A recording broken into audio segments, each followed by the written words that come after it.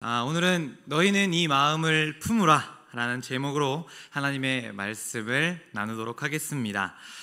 오늘 함께 보신 이 빌립보서의 배경이 되는 빌립보 교회는 바울이 원래는 아시아로 가려고 했어요. 그런데 하나님께서 마게도냐 환상을 갑자기 보여주시거든요.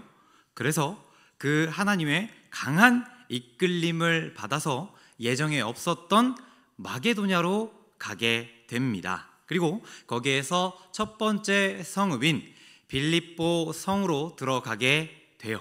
그리고 거기에서 루디아라는 여인을 만나게 되고 그 여인의 집에 가정교회를 세우면서 빌립보 교회는 그렇게 시작이 되었습니다. 그런데 이 빌립보 교회가 바울이 감옥에 가 있는 동안에 소문이 어떻게 들리냐면요, 저기가 막 분열하려고 자기들끼리 싸우고 난리가 났다더라, 저거 그대로 두면 이거 교회 큰일 날 것 같다, 이런 이야기가 들리게 됩니다. 그래서 바울이 그 이야기를 듣고는 쓴 편지의 내용이 빌립보서입니다. 빌립보서 1장에는요 빌립보 교회가 분열의 위기에 처해 있는데 그 분열의 위기를 어떻게 극복해낼 것인가에 대한 핵심적인 내용이 적혀 있고요. 그리고 오늘 함께 보신 2장에는 그 어려움 가운데에서 빌립보 교회를 어떠한 원리로 하나가 되게 만들 수 있을까라고 바울이 잘 적어서 보내었습니다. 우리는 그 중에서도 이제 2장 앞부분에 있는 내용을 살펴보도록 할 텐데요. 원래는 이게 1절부터 11절까지의 말씀이에요. 너무나 길어서 제가 3절에서 8절까지만 읽으시도록 그렇게 적어 두었고요. 이 1절부터 4절까지의 내용에서는 어떤 것이 있냐면, 빌립보 교회가 지금 보니까 사람과의 관계 때문에 틀어지고 이 분열의 위기가 찾아왔기 때문에 바울이 딱 봤을 때 이 다른 사람과의 관계를 어떻게 해야 이것이 다시 잘 이루어질지, 하나가 될지에 대한 설명을 4절까지 하고 있고요. 그 뒤에 5절로 넘어가면 조금 내용이 4절에서 5장으로 넘어갈 때 어색해요. 그러니까 우리가 이제 글을 쓸 때 보시면 앞에서 지금 설명을 했잖아요. 그러면 그 뒤에 나올 내용은 이 설명을 좀 더 심화해서 깊이 들어가거나 아니면 이것을 어떤 보충할 다른 설명들로 보충이 되어야 하는데, 5절 말씀 보시면 이렇게 되어 있습니다. 너희 안에 이 마음을 품으라, 곧 그리스도 예수의 마음이니. 그러니까 앞에서 제가 방금 설명드린 그 내용, 그러니까 우리가 일반적으로 글을 쓰는 그런 어떤 형식이나 그런 우리의 관습이나 그런 것들로 봤을 때는 이제 치고 나가야 되거든요. 다른 설명으로 치고 나가야 되는데, 이 말씀 띄워주세요. 이 말씀을 보니까 치고 나가는 게 아니라 다시 근본 안으로 들어와요. 다시 근본 안으로 들어옵니다. 왜 이렇게 안으로 다시 들어왔을까라고 좀 생각을 해보니까, 바울이 편지를 썼잖아요. 그렇죠? 그리고 그들이 관계가 깨어졌다라고 했습니다. 그러면 이 관계가 내려주세요. 관계가 이제 회복이 되어야 됩니다. 이것을 좀 그 관계가 다시 잘 되기로, 이 분열을 극복하기 위해서는 성도와 성도의 관계가 회복이 돼야 되고, 빌립보 교회가 다시 하나가 되어야 하는데, 그렇게 하려면 어떻게 해야 되나 고민을 해봤더니, 이 교회의 근본이신 예수 그리스도의 마음을 우리가 다시 깨달아야 되겠구나. 우리의 신앙이 근간이 되는 예수 그리스도에 대한 복음을 우리가 깨달아야 되는구나 라고 해서 4절까지 설명을 딱 한 다음에 5절부터 다시 근본으로 들어가는 바울의 이러한 내용이었을 것 같아요. 그러면 이제 우리가 이제 말씀을 나누어야 하는데, 오늘은 새가족 전도위원회 헌신 예배입니다. 그렇죠. 그래서 이제 원래대로 이제 설교를 하는 이런 어떤 흐름으로 보면 이렇게 설명을 드린 다음에 그 본문에 대한 어떤 설명과 그리고 말씀의 나눔으로 말씀의 연구를 해서 우리가 이렇게 알아가야 하는데, 오늘은 특별히 새가족 전도위원회 헌신 예배인 만큼 좀 더 우리의 삶 가운데에 좀 실질적인 부분을 좀 다루면서 우리가 앞으로 새가족을 어떻게 대해야 하는지 그러한 시간을 함께 고민해보는 그러한 시간을 가짐으로써 앞으로 우리 교회에 등록하실, 혹은 오시긴 했는데 등록할까 말까 고민하고 있는 그분들이 우리를 보고 우리의 교회에 함께 신앙생활을 할 수 있도록, 그분들이 함께 할 수 있는 그러한 것에 우리가 동참할 수 있는 그런 시간이 되기를 간절히 소망합니다. 먼저 그럼 우리가 이 새가족이란 어떤 존재인가라는 것에 대해서 조금 생각을 해봐야 합니다. 어느 부부가 이제 결혼을 딱 하기 이전에 입양을 하자, 우리는 아이를 좀 입양을 하자라고 약속을 했어요. 그리고 이제 결혼을 했습니다. 이제 결혼을 했고 자연스럽게 그들 사이에 아이가 생겼겠죠. 그래서 하나 둘 아이를 낳고 또 그 아이들을 키워 나갑니다. 그렇게 하면서 시간이 지나고 세월이 지나갔더니 이제 처음에 얘기했었던 이 입양이라는 것에 대해서 점점 잊혀져 가요. 그러다가 아이들이 좀 더 장성하고 이제 어떤 생각의 여유, 가정에 대한 여유, 어떤 재정적인 경제적인 여유가 생기니까 다시 이전에 이야기했었던 그 입양에 대한 생각이 떠오르게 됩니다. 그래서 한 아이를 정말로 사랑하고 돌봐주고 예뻐해주기 위해서 진심의 기쁜 마음으로 이 아이를 데리고 왔어요. 이건 부모님의 입장이고요. 이 입양된 아이의 입장에서 이 새로운 가정에 왔을 때 어떤 마음일까요? 약간 매우 기쁘기도 한데 조금의 어색함도 있고 두려움도 있을 것이고, 하지만 그 안에서 뭔가 기대하는 마음이 그 안에 있을 겁니다. 새가족이 우리 교회에 왔을 때 딱 이것과 같아요. 이 아이와 같습니다. 처음엔 우리 교회에 온 게 어색합니다. 그리고 어떤 교회인지 모르니까 약간의 두려움도 있고 조금의 경계함도 있을 거예요. 그런데 하나님께서 어쨌든 이 교회에 오게 하신 이유가 있겠거니 하고 기대감을 가지고 우리 교회에 올 것입니다. 그런데 이제 이렇게 오신 이 새가족 분들이 우리 교회에 100% 정착을 다 하시면 너무나 좋겠는데 이것이 현실적으로는 조금 어려워요. 그런데 우리는 좀 걱정할 게 없어요. 왜냐하면 새가족 정착률이 굉장히 높습니다. 그렇기 때문에 이제 우리가 큰 걱정은 하지 않고 있지만 우리 스스로 안심을 할 수는 없기 때문에 제가 이제 이 자료들을 좀 조사하면서요, 좋은 목회 연구소라는 그 연구소에서 제시한 새가족이 떠나는 이유들을 이야기했는데 그 중에서 한 3가지 정도의 이유를 가지고 오늘 새가족이 떠나지 않게 할 수 있는 방법이 어떤 것이 있을지 우리가 좀 고민해보는 시간을 가져보도록 하겠습니다. 첫 번째로요, 띄워주세요. 네, 다 함께 읽어볼까요? 시작. 네, 우리의 무례한 태도가 새가족들로 하여금 우리 교회를 떠나가게 만듭니다. 어느 성도님이 이제 외국에서 열심히 사시고 또 신앙생활을 하시다가 우리나라에 들어오셨어요. 우리나라에 들어와서 외국에서 이제 오랜 시간 생활과 또 신앙생활을 하셨기 때문에 여기에서 좀 어색하겠죠. 우리나라에 왔지만, 나의 나라에 왔지만 조금 어색하겠죠. 그래서 이것을 좀 빠르게 극복하고자 이제 교회를 자신의 신앙생활했던 그 이제 습관에 따라서 이렇게 새로운 교회를 찾아다니다가 결국 교회를 찾게 되었고 그 교회로 찾아갔습니다. 많은 고민을 했겠죠. 많은 기도를 했을 겁니다. 그래서 하나님이 나를 여기로 인도하셨구나 라는 강한 확신을 가지고 이제 예배 시간에 조금 전에 와서 이제 맨 앞자리로 가서 딱 예배를 준비하면서 기도를 하고 있습니다. 그런데 저벅저벅 누군가 오더니 어깨를 툭툭 쳐요. 그러더니 자기 자리래요. 비키래요. 그래서 이분이 당황해가지고는 일어나서 뒷자리로 갔습니다. 또 열심히 기도를 하고 있는데 어떤 가운 입은 분이 와가지고 라고 해요. 이분이 이게 또 뭐야 하고는 일어나서 그 길로 교회를 나가서 교회를 다시는 다니지 않아요. 자기 자리니까 나오라고 했고 자기 자리니까 나오라고 했어요.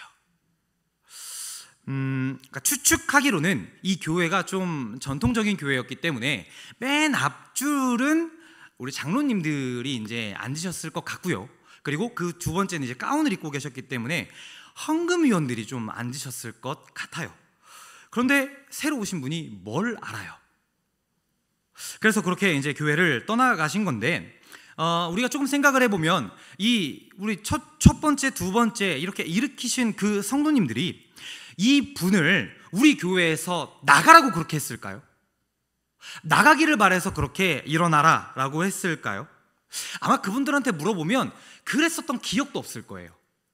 내가 언제 그랬지? 라는 이런 생각이 그분들에게는 분명히 기억이 안 날 거예요. 그런데 내가 했었던 이렇게 사소하고 작은 그리고 이 의미 없는 행동 하나가 세가족으로 하여금 교회를 떠나가는, 옆교회로 간 게 아니라 교회를 아예 떠났다고요. 교회를 떠나가게 하는 그러한 마음을 먹게 했다는 겁니다. 그리고 지금 이제 방금 교회를 이렇게 좀 본의 아니게 이렇게 일어나라고 했었던 그 분들이 이 교회의 어떤 교역자가 아니죠. 그렇죠? 그리고 이분들이 세가족위원회도 아니에요. 그러면 그렇다는 것은 이분들은 뭐 장로님인지 뭔지 잘 모르겠지만 어쨌든 이 교회의 한 명의 성도라는 거예요. 무슨 말이냐면요, 교회에 새로운 분이 오세요. 그렇죠? 교회에 새로운 분이 오시면 그 새로운 분을 돌보고 그분들을 우리가 눈여겨보고 그분들에게 어떠한 도움이 될 수 있는 그러한 분들을 돌볼 수 있는 분들은 교역자나 세가족위원회로 한정되어 있는 게 아니라 이 자리에 있는 모든 분들이 그분들을 돌봐야 하는 세가족위원과 마찬가지다라는 이야기를 드리고 있는 겁니다. 이런 거예요. 좀 전에 그 입양된 아이 이야기를 했습니다. 그 아이가 이제 딱 입양돼서 왔죠. 그래서 이제 새로운 엄마 아빠가 이 아이를 정말로 사랑하고 많이 챙겨줘요. 그런데 출근을 합니다. 그러면 이 아이와 가장 많은 시간을 보내는 건 누구예요?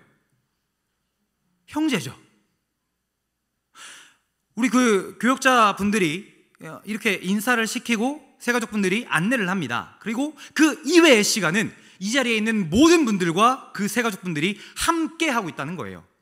그런데 이 아이가 이제 식사 시간이 되었어요. 그래서 밥을 먹으려고 식탁에 딱 앉았습니다. 그랬더니 큰형이 와서 얘기해요. 일어나, 비켜. 옆자리 가서 앉아요. 그랬더니 작은 형이 와서 얘기해요. 뭐야, 너 일어나, 저리 가. 얘는 아무것도 모르고 또 일어나요.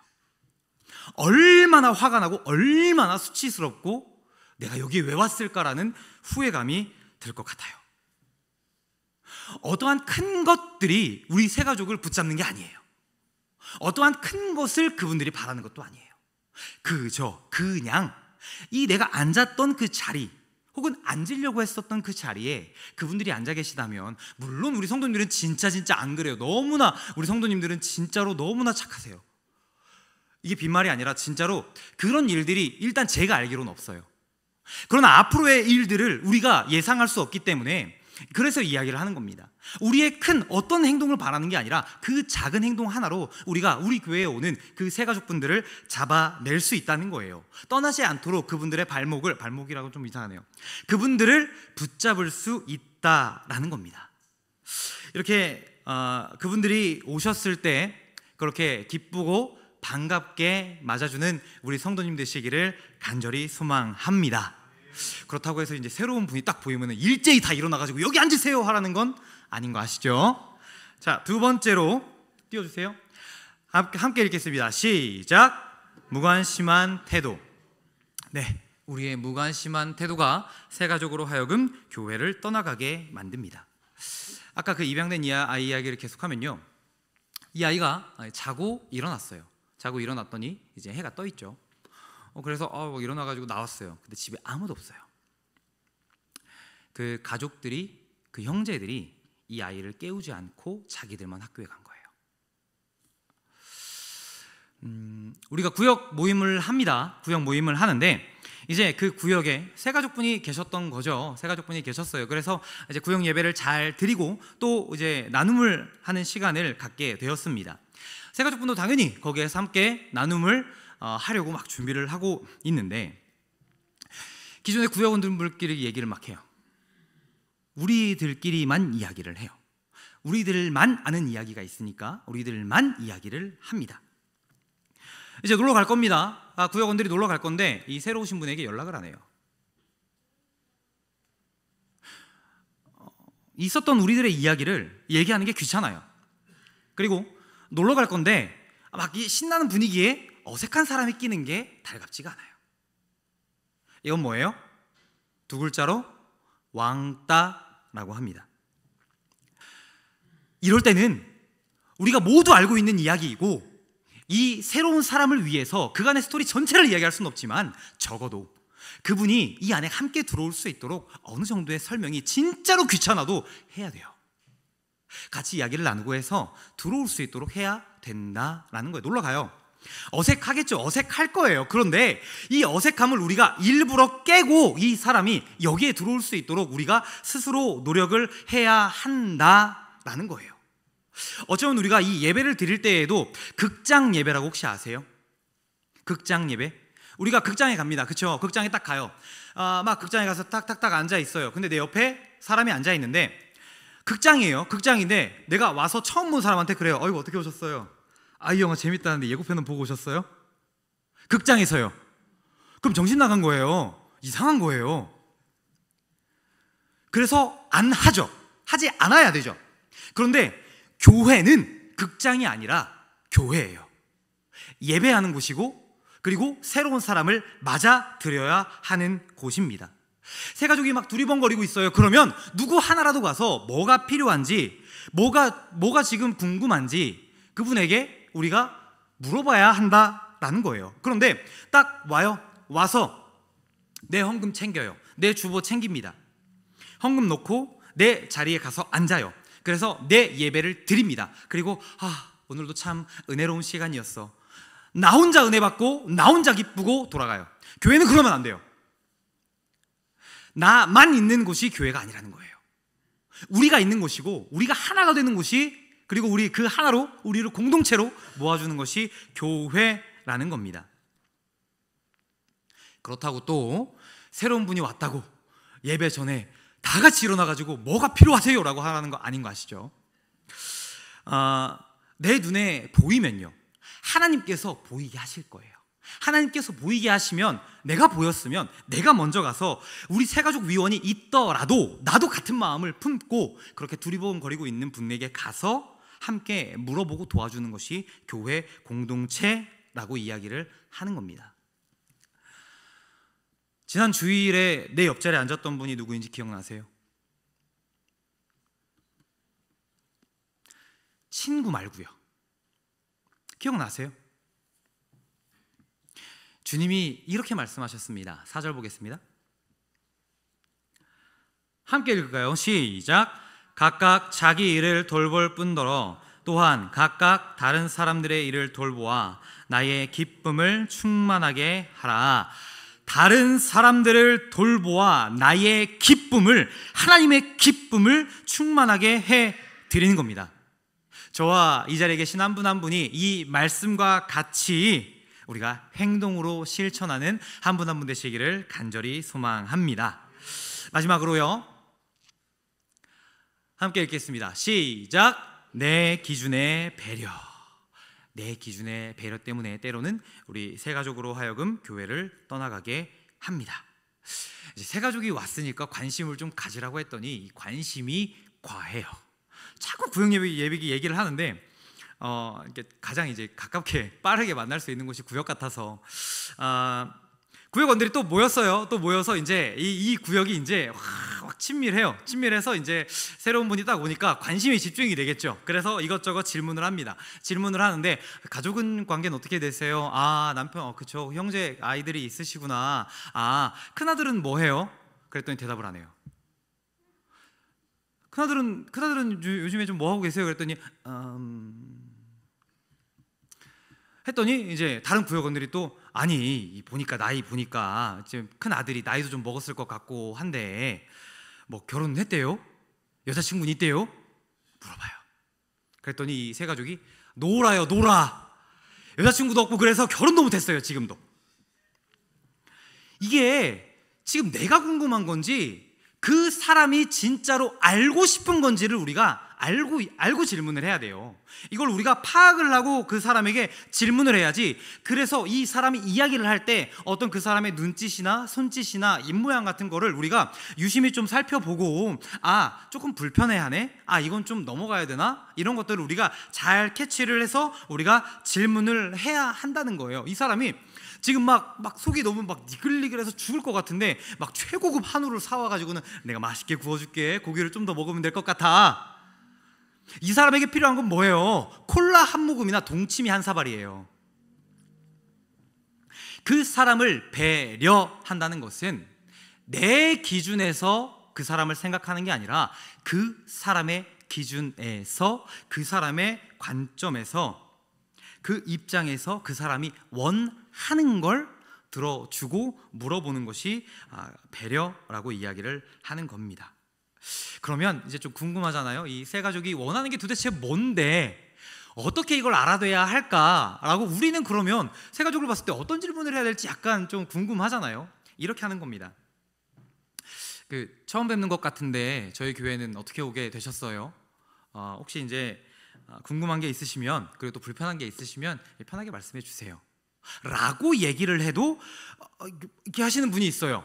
되게 약간 이제 더 경계심을 갖는 분이 계세요. 그러면 이제 그런 느낌이 딱 든다 그러면 어서 오세요, 우리 교회에 잘 오셨습니다, 네, 환영합니다, 여기까지만 하면 돼요.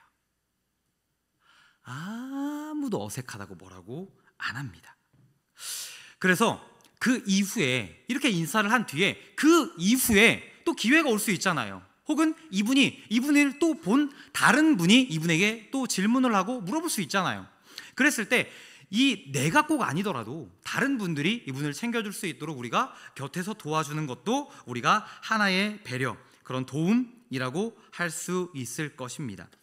하나님의 공동체는요, 이렇게 나의 일만 돌보는 것이 아니라 우리가 그의 일도 함께 돌봐주며 어느 정도의 선 안에서, 그에게 넘어가지 않는 한에서 우리가 그에게 도움을 주는 것이, 함께 하는 것이 하나님의 공동체다라고 이야기를 하는 거예요. 그렇기 때문에 우리가 하나님께 늘 기도하고 구해야 되는 것이 지혜를 구하는 거예요. 하나님, 내가 저 영혼을 볼 때 어떤 관점으로 봐야 될까요? 하나님, 내가 어떠한 마음을 가지고 그를 봐야 될까요? 라고 하는 그런 하나님의 지혜를 우리가 구하는 기도를 하고 또 그렇게 나아가야 한다라는 것입니다.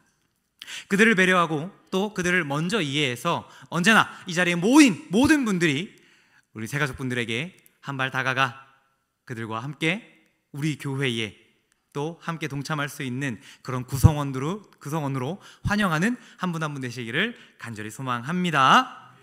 마무리하겠습니다. 세 가족이 마치 한 가정에 입양된 아이와 같다라는 말씀을 드렸습니다. 물론 인도해 주신 분은 하나님이시지만 실질적으로 그들에게 도움이 되는 것은 세가족위원회요?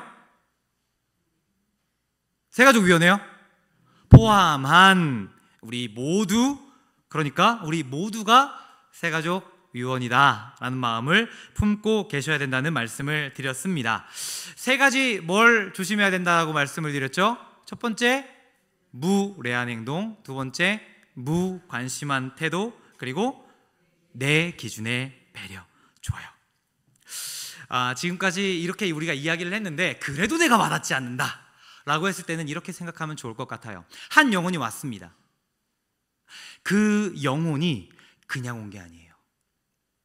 누군가 그 영혼을 위해서 수년을 기도했고요, 수십 년을 기도했어요. 그래서 그가 드디어 교회의 문턱을 넘어온 겁니다. 그런데 우리의 사소한 실수 하나로, 우리의 사소한 한마디로 그를 보낸다고요? 좀 더 우리가 그 영혼에 진짜로 담임 목사님이 하신 말씀이 있어요. 제가 막 성도님 관리 못할 때 전도해봤어? 진짜로 어렵잖아요. 한 영혼이 천하보다 귀하다라고 주님이 말씀하셨습니다. 그 마음이 우리의 마음이 되시기를 간절히 소망합니다. 하나님의 그 마음을 너희 안에 품으라 말씀하셨잖아요. 그 마음을 우리 안에 품고, 그리스도의 마음을 우리의 품에 품고 매일매일 그 말씀을 새기며 살아가는 우리 한 분 한 분 되시기를 간절히 소망합니다. 기도하겠습니다.